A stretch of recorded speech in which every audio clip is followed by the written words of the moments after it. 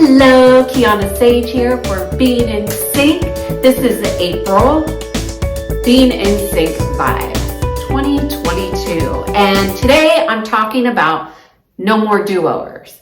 That's right. You get no more second chances in life. There's just one life. It's this physical life. And this video is all about no more do-overs. So this got inspired a couple weeks ago when I saw a post about somebody saying something.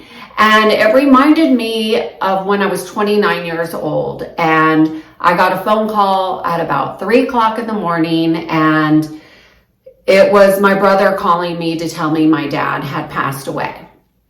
Shocking, devastating. I didn't have a close relationship with my father. I felt very complete with our relationship. However, it was still, oh, your parent is passing away. So I was sad. But what I noticed, and if you are familiar with my recommendations, I'm really big on becoming a master observer of your environments. And one of the things that I became really aware of when my father passed away was my brother and my sister, from my perception, seemed very incomplete with their relationship with my father, which I felt very complete with it. And I saw them struggling with their grief and what I perceived as sadness and maybe some regret, and for whatever reasons. And I remember really being struck by that and noting in my head, like, okay, so we all had a very up and down relationship with our father, but our mother, we all had in common as a constant. I mean, our mother was a single mother raising 3 young children, and she did a lot of it on her own. I remember they got divorced when I was 15 months. So, I mean, my mother was the one that was there for us. And I was the youngest and also very close with my mother. I would say my mom was my biggest confidant, supporter, encourager, teacher. She was like pretty much one of the most amazing people I've ever known.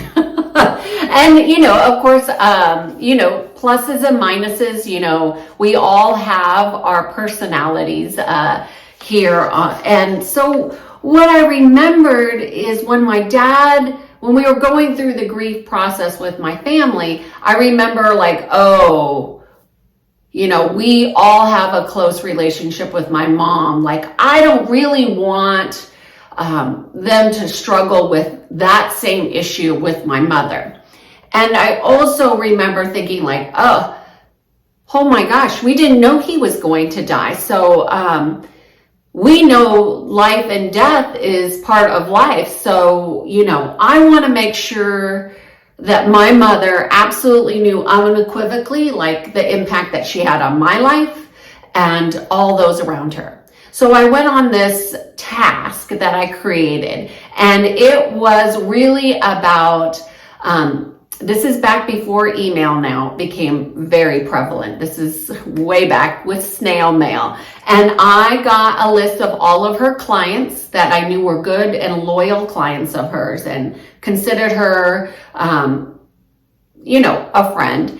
Then I contacted her friends, her old high school classmates, any friend or church comrade that I knew I could get in touch with, and I sent them all letters. And I sent them a letter saying, hey, I am putting together something for my mother. Can you send me anything that you feel that you want to write that my mother had an impact on you? What you appreciate about her, what you liked about her, what you love about her, what she means to you. Whatever you want to write, put it in a letter and send it back to me by this due date. And so that's what I did, and I sent it out, and I eagerly awaited the mail when I would start to receive these messages. And I think I sent out about 50 letters, and I probably got 35 to 40 ish responses back from people. And I took all of these and I put them in this beautiful book. It was lavender, which was my mother's favorite color. And then I put a rose on the side, which is my mother's favorite favorite flower. And then I put a poem on the front that meant something to my mother. And then I consolidated and I put all of the handwritten, totally organic letters in a book, in a binder, a pretty binder. And I put it together and I gave it to her as a gift for either Mother's Day or Thanksgiving. I can't remember which one it was. And I gave it to her and I said, here's this book. I want you to know always the impact that you've had on my life, and that you're always loved, and that you're loved to be beyond your imagination that we couldn't even put into words. But I wanted you to have this book so that whenever you're having a hard day, things get tough, things get rough, I want you to have something to go to remind you how important you are to everybody. And this book, I gave it to my mom after my dad had died. By the way, they were divorced. And it was something that she treasured for many years before it came to where she was not alive anymore. And it was one of those things that I felt like no matter what, I did not want my mother to leave this planet without knowing what an impact she had on me. But, in life, there are no more do-overs. Life is meant for living. It's meant for us to express ourselves. Good, bad, and different. We're supposed to be in exchange and in relationship with others. So get out of your head about what your life should or should not be, and start looking at who in your life do you love, who in your life do you need to share and express to them what they mean to you, who's important to you. Start to focus on those types of things and start to express yourself in vulnerable ways to the people that are important. And this is what life is. It's about living. It's about being vulnerable. It's about being authentic. It's about sharing your most important things with the people that you value and appreciate.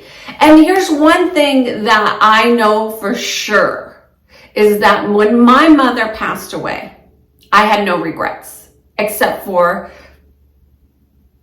maybe more time, which I can't get back. So in the time that we had, I feel like we did the best with what we had and what we knew to do. So there's no regrets, I don't think, on my mother's end or on mine. And she certainly did not pass without knowing how much she was loved.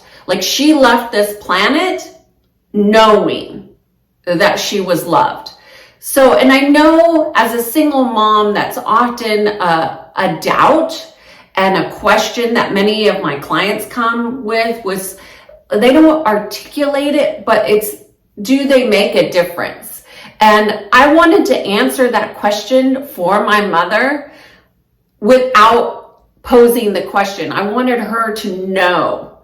And I don't think she doubted after that how much she was loved, because people would come into her home and see her book after it was already put together and they wanted to contribute. So they would write a letter and say, hey, Barbara, will you put this in your book? I want you to always know what you meant to me. So the book kind of took on a life of its own. And so she was always knowing that she was loved and appreciated.